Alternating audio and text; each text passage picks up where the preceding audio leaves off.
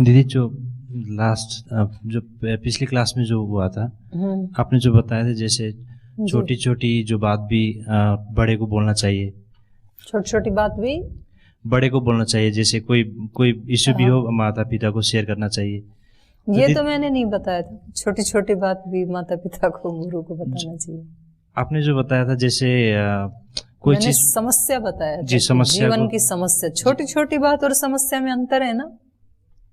छोटी छोटी बात कैसे बता सकते हैं कि आज हमने तब उठे थे, खाया था, ऐसे थोड़ी बताना है दीदी। जो आपने जो समस्या ही बताया जैसे हाँ ऐसे बोलो क्या जो जीवन की समस्या है हम लोग अगर वो अपने से ऊंची शक्ति वाले के साथ शेयर करना चाहिए, ये मैंने बताया था जी। अब बोलिए। तो दीदी जैसे अब अगर हम लोग जो समस्या है जैसे गुरु जी के पास में जाएंगे या स्वामी जी के पास में जाएंगे या पिता के पास में जाएंगे, जैसे अगर कोई बच्चे का कोई प्रॉब्लम है तो हम लोग तो एक दुख भी दे रहे हैं ना वहाँ माता पिता को, भले उन लोग जैसे अगर बेटी का कुछ ये तो आ गया था उस दिन ये प्रश्न तो कि हम दुख नहीं देना चाहते हैं, पर जिस समस्या में आप उलझे हैं और आपका साथी उसको सुलझा नहीं सकता है तो उस समस्या तो फिर बड़े रूप में आएगी उनके सामने, तब और ज्यादा दुख देंगे ना। आज दुख देंगे वो तो छोटा है और फिर वो इस समस्या को, आज तो समस्या थी कि एक घाव हो रखा था, एक फेज 1 तक ही जाना था आज तो, और कल वो कैंसर बन जाएगा तो वो ज्यादा दुख होगा। एक उदाहरण है ये तो। ऐसे जीवन की कोई भी समस्या जो हमारे से नहीं सुलझ रही है, हम सुलझा लें तो बहुत अच्छी बात है, फिर तो जाना ही नहीं है, फिर वो समस्या है भी नहीं। और लेकिन जो हमारे से नहीं सुलझ रही है और हमारे किसी सहयोगी से भी नहीं सुलझ रही है, कई भी ऐसे भी हो सकता है कि हमारे साथ ही सुलझा देते हैं कुछ छोटी मोटी, दोनों से नहीं सुलझ रही है और फिर भी नहीं बता रहे हैं, तो फिर ये तो बड़ा दुख देगी माता पिता को या गुरुजनों को, क्योंकि उनको पता तो लगेगा पर वो किसी और के माध्यम से पता लगेगा, कोई और बताएगा उनको कि आपके बेटे को तो ऐसे हो गया, आपके बेटे, या मतलब वो ऐसे नहीं होता है कि बच्चे जो हैं जवान जो माता पिता को तो बताते ही नहीं है और फिर वो शादी करने के लिए चले जाते हैं बाहर, तो शादी करने के बाद भी पता तो लगेगा ना माता पिता को, और स्वीकार भी करना पड़ता है माता पिता को, कर ही लेते हैं प्राय। तो पहले यदि बता देते तो क्या होता, बाद में भी तो नाराज होकर स्वीकार किया तो उनको कहेगा, उनको यही लगता है कि बेटा आपको यही करना था, यदि हम एक बार बता के तो देखते, हो सकता है हम एक बार नाराज होते, हो सकता है हम एक बार आपको डांट देते, समझाते, तो दुख तो हम उस ना बताने वाली स्थिति में ज्यादा देते हैं। जैसे आप यहाँ रह रहे हैं, आपकी कोई समस्या है, आपसे सुलझ नहीं रही है, आप अपने सहपाठी को बताते हैं, उससे भी नहीं सुलझ रही है और आप अंदर अंदर परेशान हुए जा रहे हैं, तो फिर वो कुछ दिन के बाद तो हमारे तक आती है ना, लेकिन तब तक वो काफी बिगड़ चुकी होती है, तो फिर हम कहते हैं कि भाई ये बात हमें पहले ही बता देते तो हम ठीक कर लेते इसको। तो दीदी जैसे जीवन में समस्या तो आएंगी, जैसे हर चीज जो समस्या नहीं सुलझ जाती है तो बार बार अगर बार बार बोलेंगे, जो डिग्निटी रहता है, जो लेवल रहता है, जैसे माता पिता में, जो गुरु जी, अर्जुन ने कितनी बार बोली, जब तक नहीं सुलझ जाए तो बोलना ही कितना, और आप ना बोल के भी कितनी समस्या देते हैं आपको पता है। आप क्या सोचते हैं कि हमने नहीं बोला तो हमने कोई कष्ट नहीं दिया अपने माता पिता को और अपने गुरुजनों को कोई कष्ट नहीं दिया, ऐसा आप सोच रहे हैं। जब तक आप एक समस्या बने हुए हैं तब तक आप बहुत कष्ट देते हैं, क्योंकि जो गुरुजन आपको बनाना चाहते थे वो आप नहीं बन पाए, क्योंकि आप कहीं अलग समस्या में उलझे हुए हैं और बता नहीं रहे हैं। माता पिता आपसे कुछ और आशा करते थे और आपका जीवन कहीं और ही जा रहा है, तो आप ये ना सोचें कि जी बार बार कैसे बताएं, बार बार बताएंगे तो। अर्जुन ने कितनी बार बताया, एक बार तो समझा दिया कृष्ण ने, 18 अध्याय लिखे गई, नहीं तो झूठ बोल सकता था ना, अर्जुन बोल देता कि जी मेरा तो स्वास्थ्य ठीक नहीं है। बोले भाई क्या हो गया, बोले पता नहीं, पसीने आ रहे हैं, मुख सूख रहा है, हाथ पैर कांप रहे हैं, मुझे नहीं पता क्या हो रहा है। तो कृष्ण क्या करते, फिर डॉक्टर के पास लेके जाते, लेकिन वहां जाके वो कुछ ग्लूकोज चढ़ा देते, फिर कहते अब ठीक है ले जाओ, आते उसका फिर सूखना था मुंह, क्योंकि समस्या शरीर की नहीं थी ना, समस्या क्या थी, मन में थी। तो ऐसे हम बोलते हैं ना कई बार कि जी पता नहीं क्या हो रहा है मेरे को चक्कर आ रहे हैं, मेरी तो कमर दुख रही है, मेरे तो पीठ दुख रही है, कुछ दुख रहा है। तो हम क्या कहेंगे कि जाओ फेज 1 दिखा के आ जाओ। फिर वहां गए, बोल जी आराम नहीं हुआ उससे, तो अब घर जाना है। तो घर जाओ, घर जाके भी वही बताते हैं कि हम वहां से इसलिए आ गए कि हमें ये दर्द हो रहा था। फिर वो भी दिखाते हैं 1-2 महीना, फिर वो भी ठीक नहीं होता है। समस्या वो हो तो ठीक हो, समस्या थी कोई मन में। तो इसने सरल बन करके बताया कि मेरी समस्या पसीना आना नहीं है, चक्कर आना मेरी समस्या नहीं है। मेरी समस्या ये है कि मेरे को अंदर से मोह उत्पन्न हो गया। अब इसका आप बताइए। और जो अच्छे बच्चे होते हैं ना, अच्छे बच्चे मतलब जिनको सफल कहते हैं जीवन में, वो अपनी जीवन की हर समस्या शेयर करते हैं अपने माँ बाप के साथ, तो वो उसको निकाल लेते हैं फिर, और वो फिर आगे बढ़ते ही चले जाते हैं। तो ये आजकल गैप आया है टेक्नोलॉजी से। बच्चे माता पिता के पास बैठना ही भूल गए, 10 मिनट भी बैठते नहीं है, गुरुजनों के पास बैठते नहीं है। बैठते भी हैं यदि, मोबाइल के साथ बैठते हैं, बैठे बैठे उसको चलाते हैं। वो देखते रहते हैं कि इसका काम कब खत्म हो तो हमारे साथ बात करे ये कुछ। तो वहां उनके साथ कब बैठे, इमोशंस कहाँ एक्सचेंज हुई एक दूसरे की, भावनाएं कहाँ चेंज हुई। तो उनका आपस में आदान प्रदान होना बहुत जरूरी है। गुरु से यही तो मिलता है, माता पिता से यही तो मिलता है कि उनके जो अनुभवों का निचोड़ है जीवन का, तो वो हमें बता देते हैं और हम झट से निकल जाते हैं। ठीक है, तो आप लोगों के 3 थे ये इसमें हेतु। पहले आपने बताया डर के मारे नहीं बताते हैं, वो ठीक है, लेकिन डर फिर बड़ा बन के आता है। ये हम सबके जीवन की समस्याएं हैं, ये एक अर्जुन की समस्या नहीं है। हमारे ऑफिस में काम करते हैं लड़के, और जिसको छुट्टी जाना होता है वो पूछता नहीं है हमारे से, वो अगले दिन जाके फोन करता है, बोलते आज मैं नहीं आ पाऊंगा। और कभी तो फोन भी नहीं करता है। हमें पता है कि कल हमें बहुत आवश्यक कार्य है ऑफिस में, और हमने ये सोच रखा है कि वो कल आएगा और उससे करवा लेंगे। कई बार तो बहुत महत्वपूर्ण कार्य होते हैं, वो अगले दिन आता ही नहीं है। फोन करें तो फोन उठाता ही नहीं, फोन स्विच ऑफ। लेकिन 2 दिन बाद तो आएगा ऑफिस में, तब उससे पूछा जाता है कि आप क्यों नहीं आए, तो बोलता है मेरी माँ बीमार थी। तो आपने पूछा क्यों नहीं, और माँ बीमार थी नहीं, उसको जाना था शादी में, कहीं दोस्त की शादी में, पता किया तो माँ बीमार है ही नहीं। अब उसको ये लग रहा है कि अगर मैंने इनसे पूछा और इन्होंने मना कर दिया, तो मना करने के बाद तो फिर आज्ञा का उल्लंघन हो जाएगा अगर नहीं आऊंगा, तो इससे अच्छा पूछो ही मत। तो उसके मन में क्या है, भय, डर कि ये कहीं मना ना कर दें। चलो पूछा नहीं, कोई बात नहीं, वहां जाके तो सूचना दे देते घर में तो कि जी मैं कल नहीं आऊंगा। तो अगर सूचना दे तो भी डर है कि नहीं आपको कल जरूर आना है, बहुत जरूरी काम है कल ऑफिस में, ऐसे बोल दिया तो, इसलिए सूचना भी नहीं देनी है। चलो कोई बात नहीं, हमने जब फोन किया तब तो अटेंड कर लेते, स्विच ऑफ क्यों किया? कि हमें ये डर था कि आप फोन करेंगे और यदि नहीं उठाएंगे तो ये तो अपराध है फिर, कि फोन क्यों नहीं उठाया था, एम्प्लॉई हैं आप। तो ये नौबत ही ना आए कि आपने फोन क्यों नहीं उठाया, इसलिए स्विच ऑफ कर दो।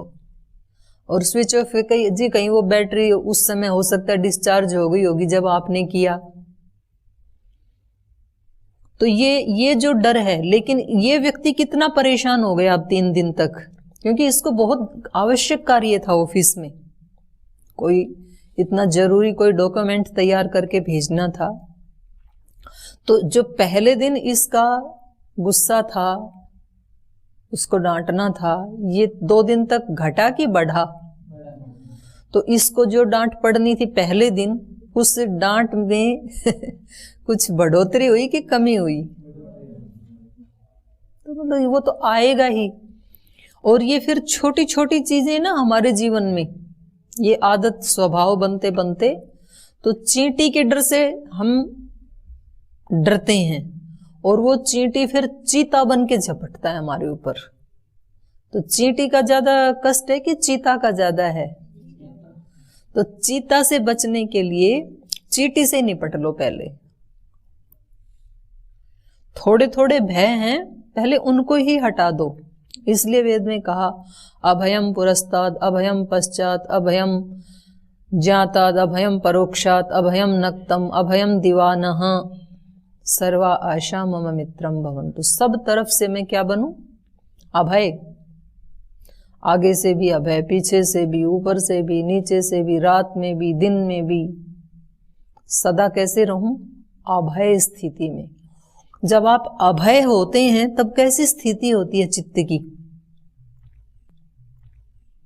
कभी ना कभी तो होते ही हैं। यहाँ तो रह रहे हैं गुरुकुल की बाउंड्री में, और फिर आपको ले गए नीलकंठ, और नीलकंठ कहा जाओ अभी जंगल में घूम आओ, और अभी 4 घंटा कहीं दूर दूर तक कहीं भी जाओ, और फिर आप चले गए आधा किलोमीटर दूर, वहां कोई नहीं है, ना कोई आचार्य, ना कोई आचार्या, ना कोई बड़ा। तो आपको क्या लगता है कि अब हम फ्री हैं और अभय हैं, किसी का भय नहीं है ना। अब कुछ भी गाएं, बजाएं, नाचें, चिल्लाएं, जो भी करें। तो वो जो अभय वाली स्थिति है वो कैसी होती है? प्रसन्नतादायी होती है ना, सुखदायी होती है ना, खुश होते हैं उस समय। हमारा चित्त कैसा होता है? प्रफुल्लित होता है। तो ये स्थिति अभय वाली अगर यहां रहते हुए भी हो तो कैसा होगा जीवन? फिर खुशी से भरा हुआ होगा। नहीं तो व्यक्ति सिकुड़ा हुआ होता है ना, एक खुला हुआ होता है, वहां आप पूरा ऐसे हाथ खोल करके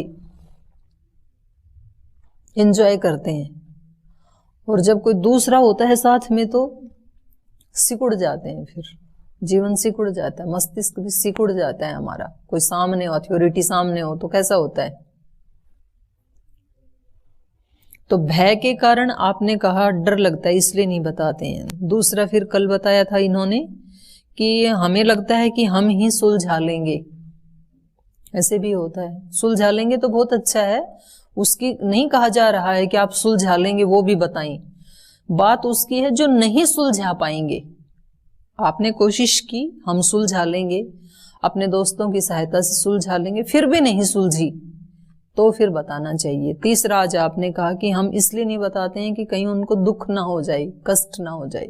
चौथा फिर आपने ही कहा कि 1-2 तो बता सकते हैं, अब एक के बाद एक आती ही रहती हैं। एक के बाद एक इसलिए आती हैं कि क्योंकि पहली को ही नहीं सुलझाया ना आपने। पहले स्टेप पे सुलझा लेते यदि तो हो सकता है दूसरी आती ही नहीं। बीमारियां एक के बाद दूसरी आती है ना।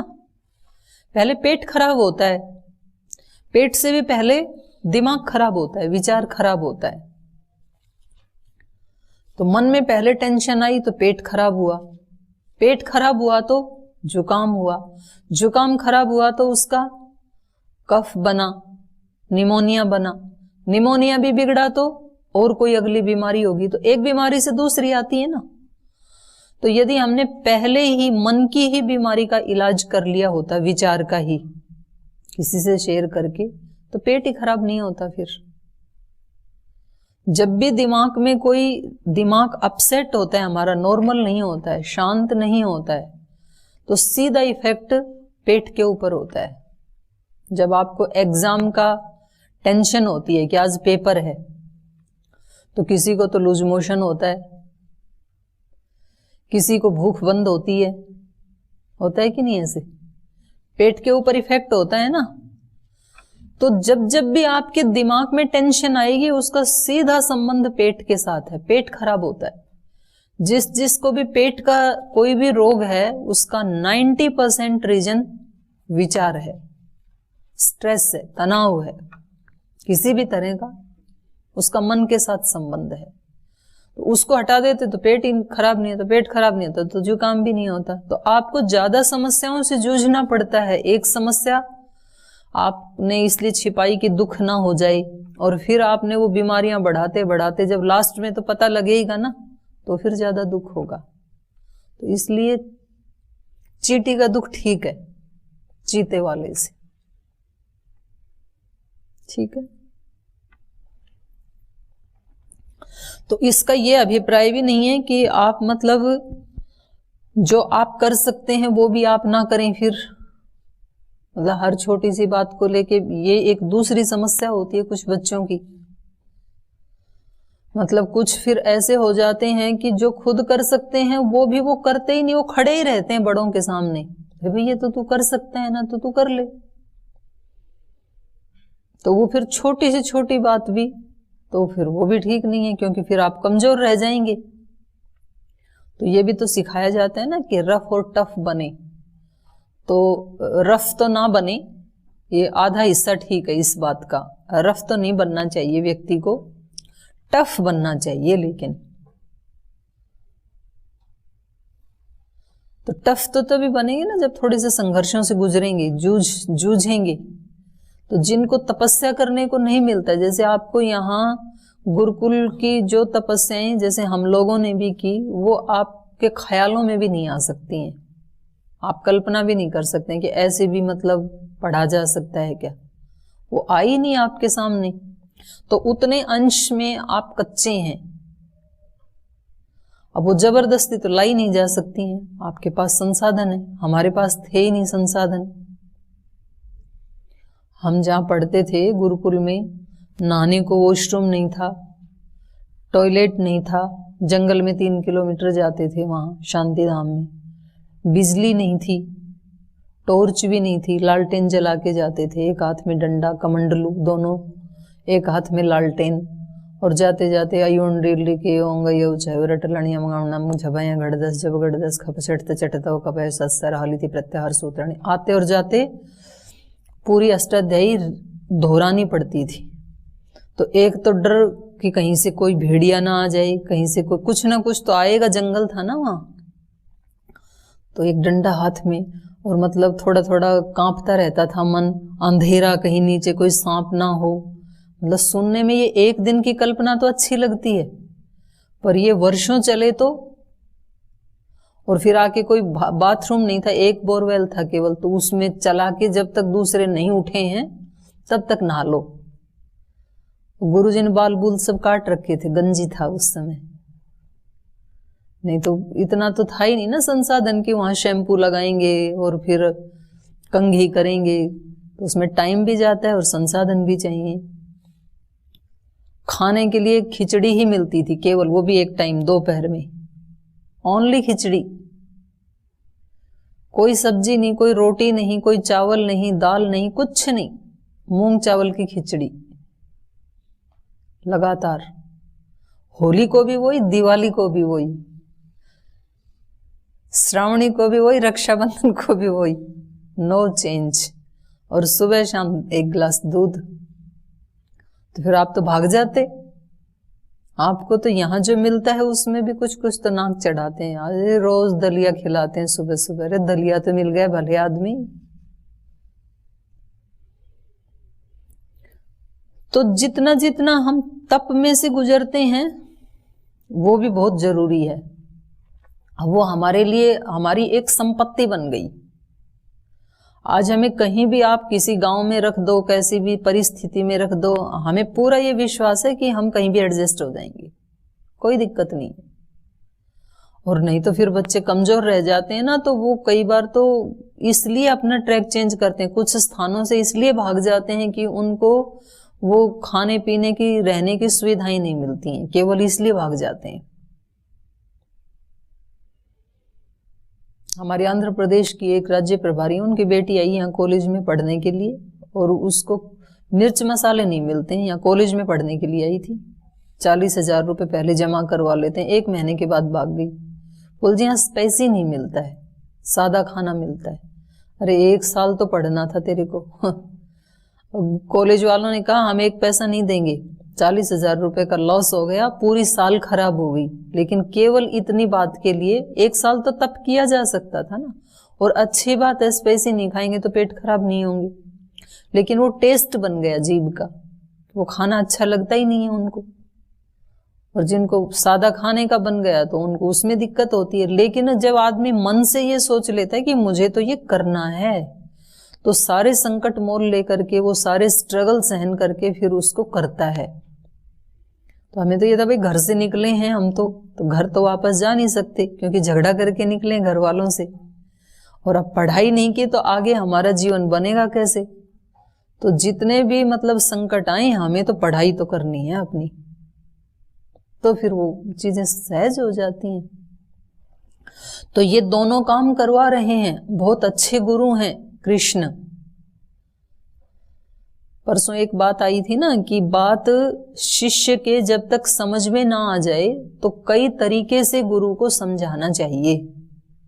तो ये ऐसे नहीं है कि एक बार कल तो बताया था तेरे को, अभी भी समझ में नहीं आया, ऐसे कह करके ये मतलब उसको भगा दें शिष्य को, ऐसे नहीं है। कल नहीं आया था तो आज दूसरे ढंग से बताएंगे, तीसरे ढंग से बताएंगे, विभूति का दर्शन कराएंगे। विभूति से भी समझ में नहीं आना इसको, तब विराट रूप का दर्शन कराएंगे, अपने ही विराट रूप का।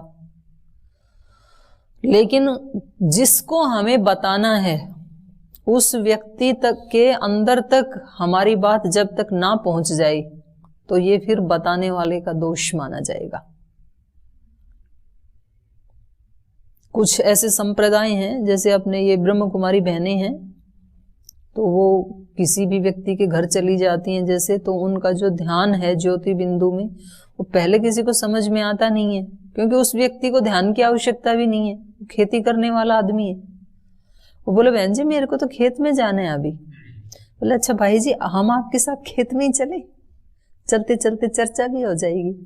मतलब जब तक वो अपनी बात पूरी ना समझा दें उस व्यक्ति को। एक उदाहरण है ये तो, स्वामी जी महाराज ने योग जैसा जटिल विषय करोड़ों लोगों को कैसे समझाया। और जो भारत स्वाभिमान यात्रा के दौरान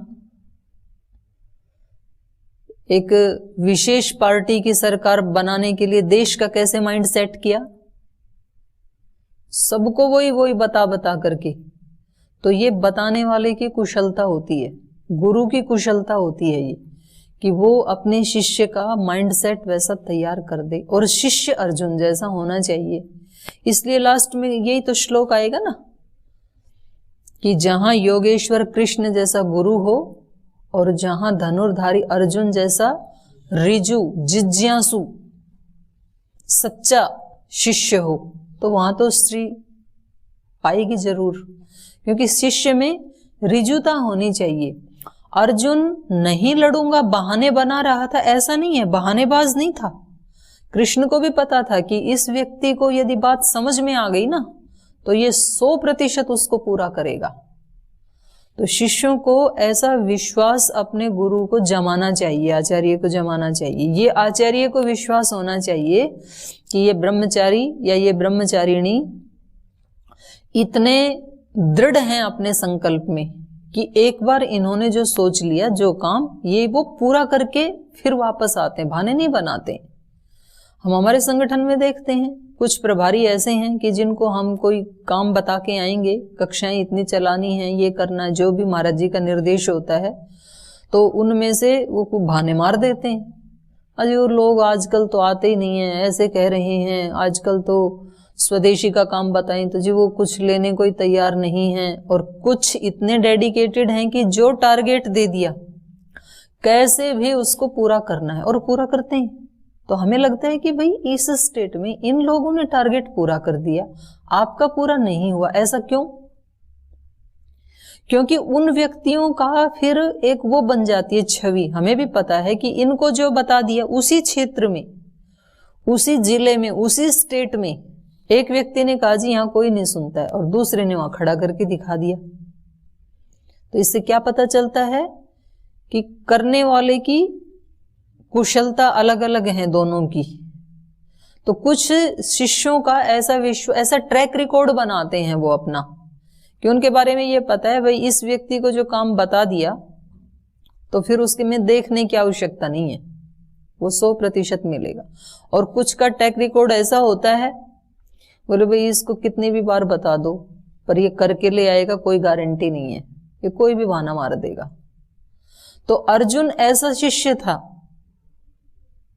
गुरु को पता था, योगेश्वर कृष्ण को पता था कि इसको एक बार ये बात समझ में आ गई, एक बार ये समता में स्थित हो गया, और हो ही गया, क्योंकि वो तो हमारी स्वाभाविक स्थिति है, अपने स्वरूप को लाना थोड़ी है कहीं से उधार। तो उसकी विस्मृति हो गई थी, तो उनको पता था एक बार इसको यदि स्मृति में आ गया, समझ में आ गया कि योगी की स्थिति में रहते हुए भी सब काम किए जा सकते हैं, तो ये युद्ध भी करेगा, युद्ध के बाद और भी कुछ करवाएं तो वो भी करेगा, पर इसकी एक बार समझ में आना चाहिए। तो वो हर तरह से फिर बताते ही रहे, बीच बीच में धमकाते भी रहे, ऐसा नहीं है कि केवल उसको पुचकारते ही रहे, बीच बीच में ये भी कहा, बोले यथेच्छसी तथा कुरु, मैंने समझा दिया तेरे को, अब तेरे को जो करना है कर ले। ये तो सुनता ही नहीं है, लेकिन तुरंत फिर पकड़ लिया, बोले इसको ज्यादा देर अगर ऐसे ढीला छोड़ दिया, यथेच्छसी तथा कुरु, तो कहीं का कहीं पहुंच जाएगा। तो फिर अगले श्लोक में फिर उसको पकड़ लिया। तो हर तरीके से गुरुजन हमें आगे बढ़ाने का प्रयास करते हैं। तो गुरु में तो इतना धैर्य होना चाहिए कि वो 1 2 3 4 सब तरीके अपना करके और उसके प्रति सद्भाव रख करके अपने शिष्यों के प्रति उनके जीवन को आगे बढ़ाने का प्रयास करे। और शिष्य में ये रिजुता होनी चाहिए, सरलता होनी चाहिए, कि जो सचमुच उसको अंदर से उसमें परेशानी हो रही है वो समस्या उनके सामने रखे। मतलब बाहर से ना हम ऐसे सिखा देते हैं बच्चों को। छोटा बच्चा जो होता है तो उसकी बचपन में सभी आवश्यकताएं पूरी हो जाती हैं और वो खुश रहता है। तो हम सभी छोटे बच्चे रहे हैं ना कभी तो, अभी तो बड़े हो गए।